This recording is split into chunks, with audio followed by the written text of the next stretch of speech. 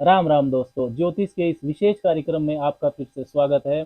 इस वीडियो में हम बात करेंगे नववर्ष 2024 के पहले महीने जनवरी के बारे में। मकर वालों के लिए ये वीडियो विशेष है। मकर राशि के लिए मासिक राशिफल जनवरी 2024 की बात करेंगे। कैप्रिकॉन मंथली प्रेडिक्शंस जनवरी 2024। नववर्ष की शुरुआत कैसी रहेगी आपके लिए जनवरी के महीने में। जो घरों की स्थितियां बनेंगी उनसे आपके भाग्य, कैरियर, नौकरी, बिजनेस, आपका निजी जीवन, शिक्षा पक्ष, इन सब के बारे में क्या संकेत मिलते हैं, इसकी विस्तार से चर्चा इस वीडियो में करेंगे। चंद्र राशि जन्म की राशि पर यह वीडियो आधारित है। आप इसको लगन की राशि से भी देख सकते हैं। सबसे पहले समझते हैं कि जनवरी के महीने में घरों की स्थितियां कैसी रहने वाली हैं। आपकी राशि के स्वामी शनिदेव दूसरे भाव में रहेंगे, कुंभ राशि में, अपनी मूल त्रिकोण राशि में, सब राशि के। देवगुरु बृहस्पति रहेंगे चतुर्थ भाव में, मेष राशि में। राहु की स्थिति रहेगी तीसरे भाव में, मीन राशि में, और केतु रहेंगे भाग्य भाव में, कन्या राशि में। सूर्य की स्थिति 15 जनवरी तक रहेगी धनु राशि में, आपके 12वें भाव में। 15 जनवरी को वो राशि परिवर्तन करेंगे तो आपके पहले भाव में आ जाएंगे। मंगल की स्थिति पूरा महीना 12वें भाव में ही रहने वाली है, धनु राशि में। बुध की स्थिति 7 जनवरी तक रहेगी आपके लाभ भाव में, वृश्चिक राशि में। उसके बाद वो भी 12वें भाव में, धनु राशि में रहेंगे। शुक्र की स्थिति 18 जनवरी तक आपके लाभ भाव में है, वृश्चिक राशि में, और उसके बाद शुक्र भी 12वें भाव में गोचर कर जाएंगे। तो तीन महत्वपूर्ण परिवर्तन है जनवरी में। सूर्य, शुक्र और बुध राशि परिवर्तन करेंगे। और महत्वपूर्ण ये भी है कि देवगुरु बृहस्पति मार्गी गति से संचरण करेंगे जनवरी में।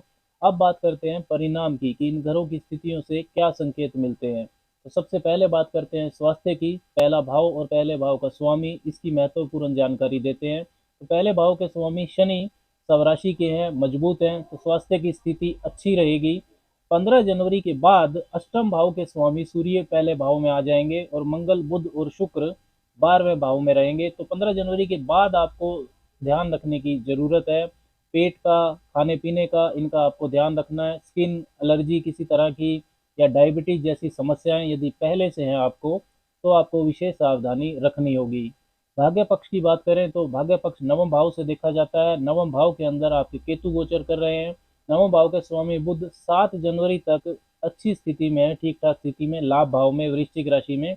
उसके बाद वो 12वें भाव में चले जाएंगे। तो 7 जनवरी तक जो भाग्य पक्ष है आपका वो ठीक है। कोई भी महत्वपूर्ण कार्य आपको निपटाना है, कोई परचेज करनी है, कुछ नया शुरू करना है, तो 7 जनवरी से यदि आप पहले कर पाए तो आपके लिए बहुत अच्छा रहेगा। 7 जनवरी के बाद बुध 12वें भाव में होंगे, तो 12वां भाव अच्छा नहीं माना जाता है, तब भाग्य पक्ष आपका कमजोर रहेगा। कैरियर की बात करें तो वो दसम भाव से देखा जाता है, नौकरी का मामला। दसम भाव पर जो आपके तीसरे और 12वें भाव के स्वामी हैं बृहस्पति, उनकी दृष्टि रहेगी। दसम भाव के स्वामी शुक्र 18 जनवरी तक लाभ भाव में है। 7 जनवरी तक शुक्र और बुध का केंद्र त्रिकोण राजयोग भी है। 18 तारीख तक कैरियर में लाभ है आपको, नेटवर्क सर्कल से आपको लाभ मिलेगा। किन्हीं फीमेल से आपको विशेष लाभ हो सकता है। 18 तारीख के बाद शुक्र 12वें भाव में चले जाएंगे, और आपके भाग्येश बुध, आपके लाभेश मंगल, ये भी 12वें भाव में ही रहने वाले हैं।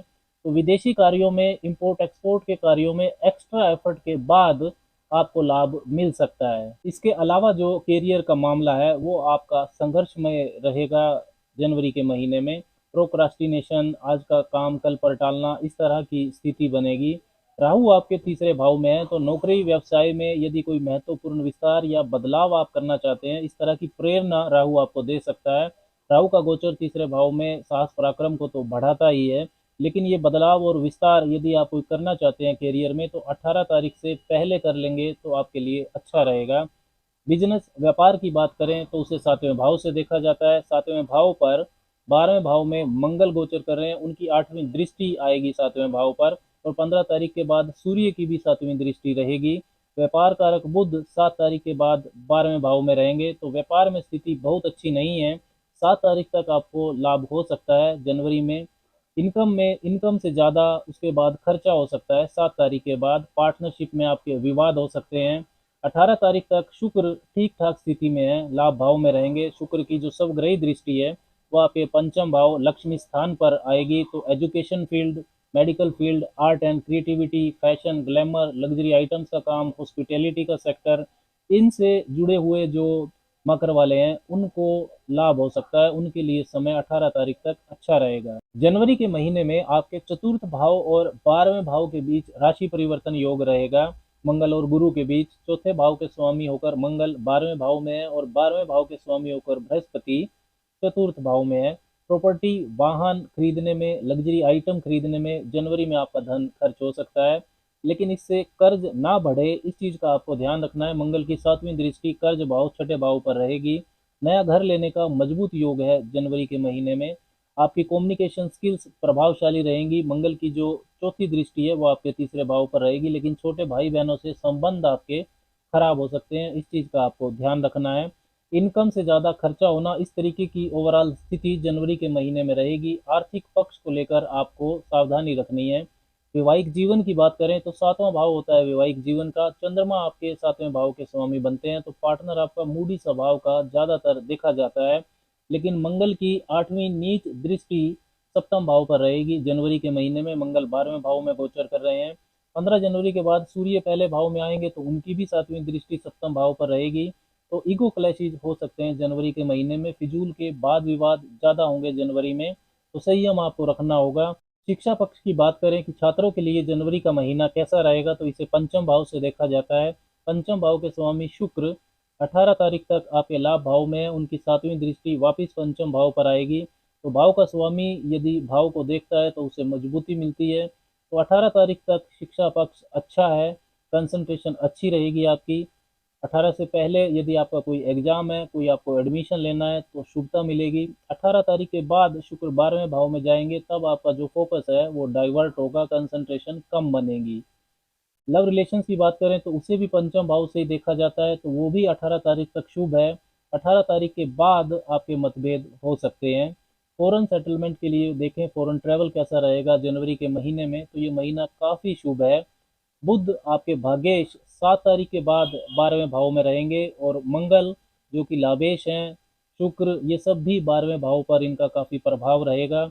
और चतुर्थ भाव और 12वें भाव के बीच में, मंगल और गुरु के बीच में राशि परिवर्तन योग भी है, तो विदेशी मामलों में शुभता देंगे ये योग आपको। कोई वीज़ा पीआर का यदि इशू है तो वो जनवरी के महीने में रिजॉल्व हो सकता है।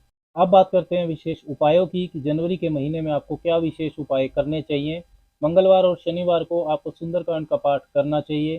संध्या के बाद आपको शनि मंत्र जपना चाहिए 10-15 मिनट। ओम प्राम प्रीम प्रोम सह शने नमः। गणपति उपासना भी आपके लिए श्रेष्ठ है, उन्हें दुर्वा अर्पण करें, और गणेश अथर्वशीष का पाठ भी आपको करना चाहिए। राम राम।